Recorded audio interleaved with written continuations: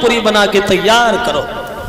रात ही रात में बड़े सुंदर सुंदर महल बन के तैयार हो गए। वहां सुदामा जिस समय घर में आए तो घर पहचान नहीं पाए, तो सुदामा दरवाजे पे बैठ करके रोने लगे, कन्हैया लगता है मेरी पत्नी को अकेला पा करके किसी ने मार दिया, तो अपना घर बसा लिया, मैं तो कहीं का नहीं रहा, मैं तो लुट गया।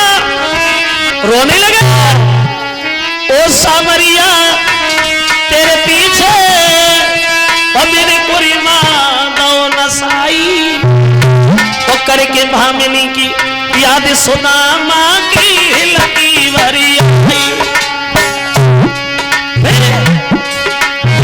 ऊपर से याद गई भामिन ने ददा लगाई। अरे ऊपर से आवाज गई भामिन ने ददा लगाई, और पकड़ कलाई सीढ़ियन सीढ़ियन ले गई। जो देखा पहचान लिया, तुम ये घर किनका है? बोली महाराज सब आपका ही तो है। सुदामा सोचने लगे, बारे कन्हैया बड़े पत्थर दिल का निकला, जो चलते समय भी तुझसे मन से नहीं बोला हमें माफ करना, भूल हो गया।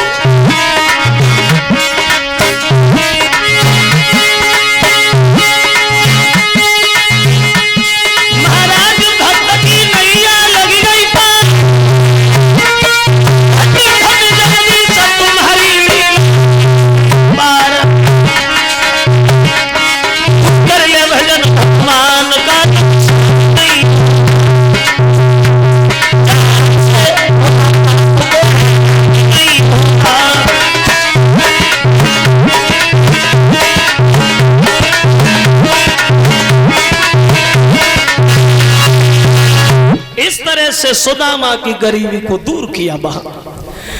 अब इधर देखे कथा का जहां 7वां दिन है, सबके तिलक लगाए जा रहे, और तक्षक जिंदा होकर के महाराज परीक्षित को डसने के लिए दौड़ा, और 1400 चेलों के साथ गुरुधर्मंतर परीक्षित को जिंदा करने के लिए चले गए। दोनों की रास्ता में भेंट हो गई। तक्षक पूछने लगा, गुरुदेव कहां जा रहे हैं आप? बोले हम परीक्षित को जिंदा करने जा रहे हैं। तक्षक कहने लगा, मैं डसने जा रहा हूं, हमारे तुम्हारे 2-2 हाथ नहीं हो जाए, अगर आप हमसे हार गए तो आप नहीं जाओगे, हम हार गए तो हम नहीं जाए। जवाब दिया ठीक है। अब तक्षक ने एक हरे भरे वृक्ष में फुसकार मारी, तो वो वृक्ष उसके जहर से जल गया। धनवंतर ने उसमें निगाह डाली, वृक्ष हरा भरा बन गया। तो तक्षक मन में सोचता, अगर गुरुजी पहुंच गए तो श्रृंगी ऋषि का श्राप झूठ हो जाएगा, और तो पहले गुरुजी को समेट ले तब देखेंगे परीक्षित को। तो धोखा दे गया, और धोखा दे करके रास्ता में एक सुंदर सी छड़ी बन करके लेट गया। तो धनवंतर ने सोटा समझकर उसे उठा लिया, अपने कंधे पर रख लिया, लेकिन तक्षक ने सर्प बन करके धनवंतर की पीठ में डस गया। तो चेलाओं से धनवंतर बोले, मेरे साथ छल हो गया, क्योंकि मेरी निगाह पीठ में नहीं पहुंचेगी, जहां तक मेरी नजर जाती है वहां तक जहर का असर नहीं रहता। अगर हमें जिंदा देखना चाहते हो तो हमें जमीन में गाड़ दो, और 1 महीना तक हमारे पास बैठ के ढाक बजा तो हम जिंदा हो जाएंगे, अन्यथा हम नहीं बचे। चेला रोने, गुरुजी को जमीन में गाड़ दिया, ढाक बजाना शुरू हो गए, और चेला बोले,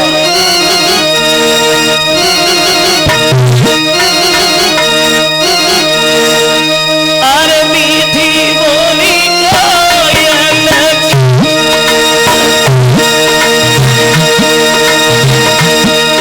अरे मीठी बोली कोयल, सुनी कौआ रे जगह बनोरी में।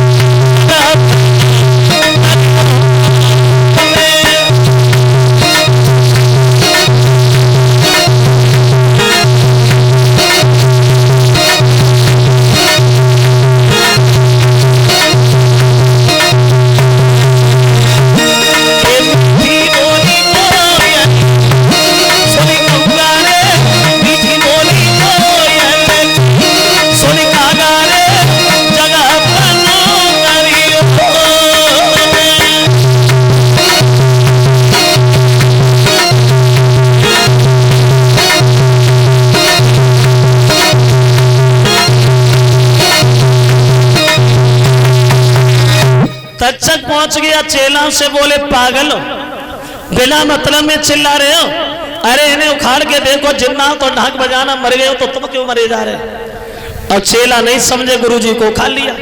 धनवंतर कहने लगे अब नहीं बचेंगे, और आप भी अगर खैर चाहते हो तो हमारे मांस को हड्डियों में रख दो रंधने के लिए, और तुम 1400 खा जाओ, एक नहीं 1400 हमारी तरह धनवंतर हो जाओ। गुरुजी खत्म हो गए, चेला रो रहे, मांस हड्डियों में रख दिया। तक्षक मन में सोचने लगा अभी तो एक ही धनवंतर से परेशान थे, 1400 होने जा रहे हैं। अब फिर दौड़ा और चेलाओं से जाके बोला पागल हो सबके सब, आज तक अपने गुरु के मांस को किसी ने खाया, जब तुम खाओगे नरक में भी जगह नहीं मिलेगी। चेला नहीं समझे, उस तक्षक ने सब हड़ियां गंगा जी में फुकवा दी, सब हड़ियां डूब गई। एक हड़िया तैरती बंगाल में पहुंच गई, और उधर एक बंगाल की स्त्री अपने पति से नाराज होकर के गंगा जी में डूबने को आई, तो उसने धनवंतर के मांस को पहचान लिया और उसने वो मांस खा लिया। अब हुआ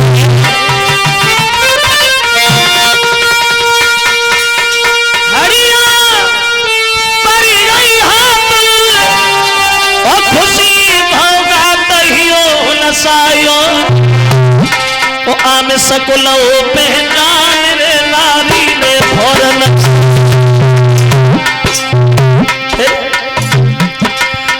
खाता ही खाने का संग अनोखो रंग नजर में आयो, जादू निपुण सबे सिखलायो। मांस को खा लिया, जादूगरनी बन गई। उसने बंगाल में जाके हर स्त्री को जादू सिखा दिया। जादू सीखने वाली महिलाएं कछु कुआरी ब्याई जादू सिखाई।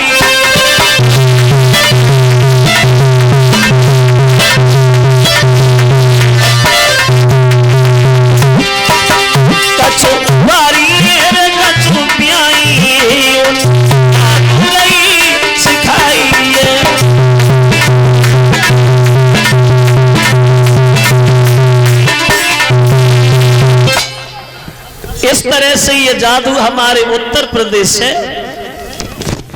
और बंगाल में चला गया। अब वो तक्षक नाग जो है वो फूल में जाकर के छिप गया, और जब फूल में जाके छिप गया, माली ने फूल समझ के तोड़ लिया और महाराज परीक्षित के हाथ में जाके दे दिया। और जब परीक्षित जी ने वो फूल अपने नाक से लगाया, हुआ ऐसा वहां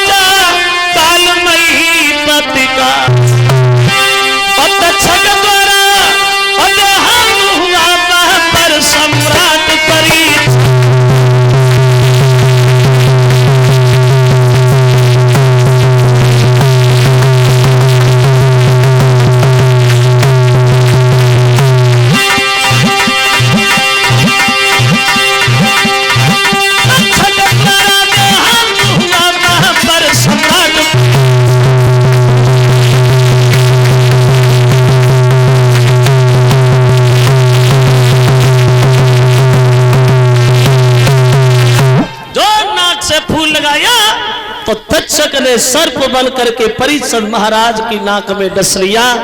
जो विमान आता है, विमान पे बैठ करके परीक्षित महाराज सीधे स्वर्ग धाम के लिए प्रस्थान करते हैं। बोलिए परीक्षित महाराज की।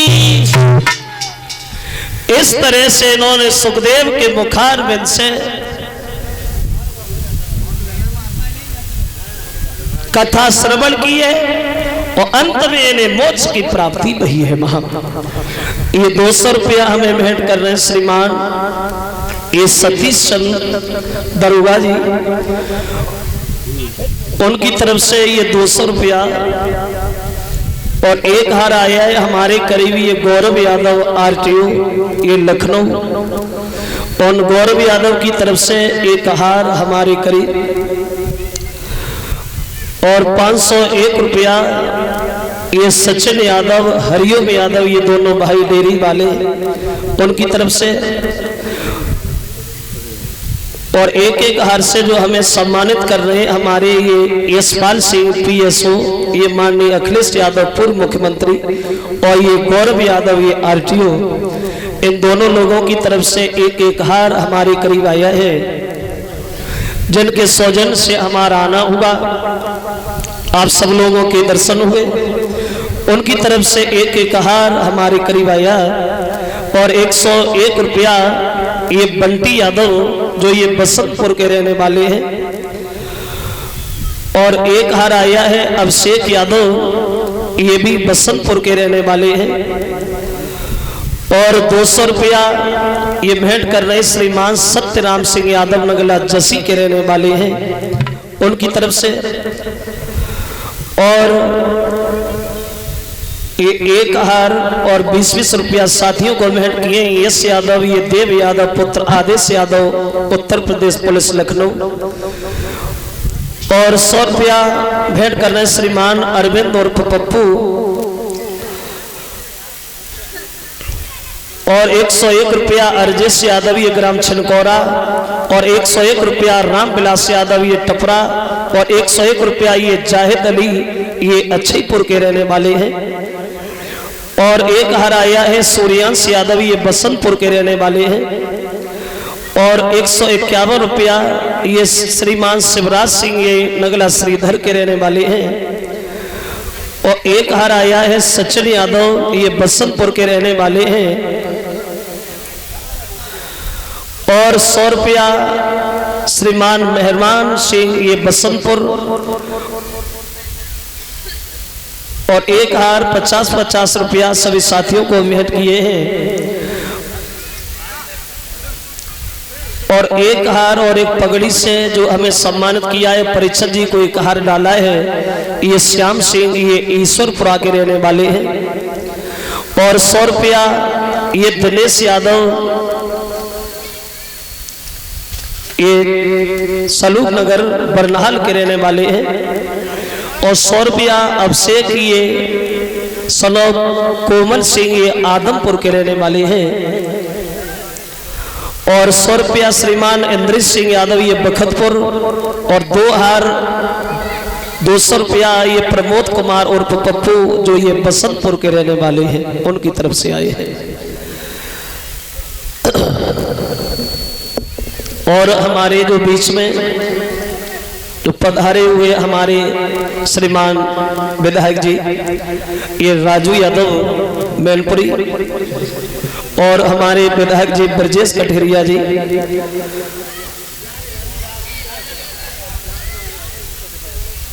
जो हमारे राजू भैया जो विधायक जी मैनपुरी, और हमारे ब्रजेश कठेरिया जी आए हुए हैं।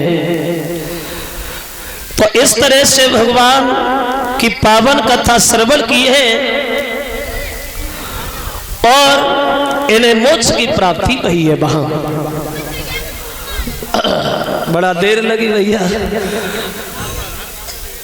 अच्छा, तो हम कामना करेंगे अपने राजू भैया से, आप 2 शब्द आप भी थोड़े बोलो, आए हो 2 शब्द हो जाए। अरे अपना भागवत खच्च हो गई, माइक पकड़ो, आ जाए हमारे राजू भैया। बड़े सौभाग्य की बात है जो हमारे विधायक जी जो हम लोगों के बीच में आए हैं। हम कल निकल गया। सर्वप्रथम मैं श्रीमद् भागवत पुराण को नमन करता हूँ, व्यास गद्दी को नमन, परीक्षित जी को चरण स्पर्श, और यहाँ उपस्थित सभी बुजुर्गों को चरण स्पर्श, मातृशक्ति को नमन। मैं धन्यवाद देना चाहता हूँ आयोजन समिति को, हालांकि सब परिवार के ही लोग हैं। कार्ड मैंने पढ़ा था तो सभी नौकरी में ऐसे कार्ड कम देखने को मिलते हैं। हर नाम के आगे कोई ना कोई टाइटल खुला था। आते तो हम उसी टाइम, लेकिन हमें नगला पंछी चले गए थे। आज आपका आखिरी दिन था और इंतजार इसलिए करते रहे कि शायद कार्यक्रम लग जाए, अखिलेश भैया का साथ में ही आए। सही बात तो ये है, लेकिन व्यस्तता के कारण कार्यक्रम नहीं लग पाया। बहुत अच्छी तादाद श्रोताओं की है, लेकिन किसी भागवत में चले जाना मातृ शक्ति हमेशा आगे रहती है। ये इस बात का प्रतीक है कि ये लोग हम लोगों से ज़्यादा पूजा पाठ करती हैं, और अगर ये लोग पूजा पाठ न करें तो प्रकृति का बैलेंस बिगड़ जाएगा। इतना नियम संयम हम लोग नहीं कर पाते जितना हमारी माताएं और बहनें करती हैं। क्योंकि आज भागवत का आखिरी दिन है, और जिस दिन भागवत का आखिरी दिन होता है, श्रोताओं को और व्यास गद्दी पे जो लोग रहते हैं बहुत कष्ट होता है, क्योंकि 7 दिनों में ऐसा मेल मिलाप हो जाता है। क्योंकि आज के बाद ये चले जाएंगे, बहुत कम शास्त्री लोग पूड़ी खाने आते हैं। क्यों? भंडारा बहुत कम खाने आते हैं। हाँ, लेकिन 7 दिन आप लोगों ने कथा सुनी। ये ऐसी कथा है कि जिसके श्रवण मात्र से मनुष्य को मोक्ष की प्राप्ति हो जाती है। मैंने कई जगह देखा है कि श्रीमद् भागवत में शिवपुराण पढ़ने लगते हैं, रामायण पढ़ने लगते हैं, लेकिन ऐसा नहीं है। श्रीमद् भागवत कथा में भगवान विष्णु के 12 अवतारों का वर्णन है, और भगवान कृष्ण की सभी बाल लीलाओं का वर्णन है। लेकिन कुछ शास्त्री लोग रामायण का भी पाठ करने लगते हैं। कई जन्मों का जब पुण्य उदय होता है तो हम लोगों को भागवत कथा का आयोजन करने का अवसर मिलता है। आप लोग बहुत सौभाग्यशाली हैं कि आप लोगों ने श्रीमद् भागवत कथा का आयोजन किया, और तमाम क्षेत्रीय लोगों ने इस कथा को सुना, सुनकर लाभ उठाया। और सही लाभ तो तब है जो सुना है आपने उसे अपने जीवन में उतार लेंगे तो आपका लाभ हो जाएगा। पता लगा कि चिमटा वाले वो देख के ही चले गए तो कोई काम नहीं चलेगा। मैं जानता हूँ चिमटा वाला बहुत हरकत करता है ये, तो हम परिचित है ना सबसे। बहुत सी हमारी मातृ शक्ति बैठी है यहाँ, मंच से नहीं पूछ रहे हम, एक लाइन पूछेंगे आपसे कि घर में कोई दुकान खोलते हैं या मकान बनाते हैं तो शुभ और लाभ क्यों लिखते हैं? कोई बता दे भाई, माता बहन, कोई बता दे।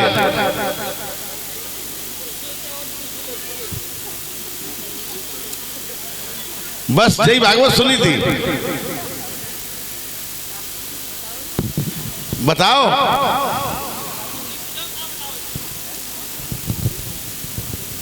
नहीं मालूम?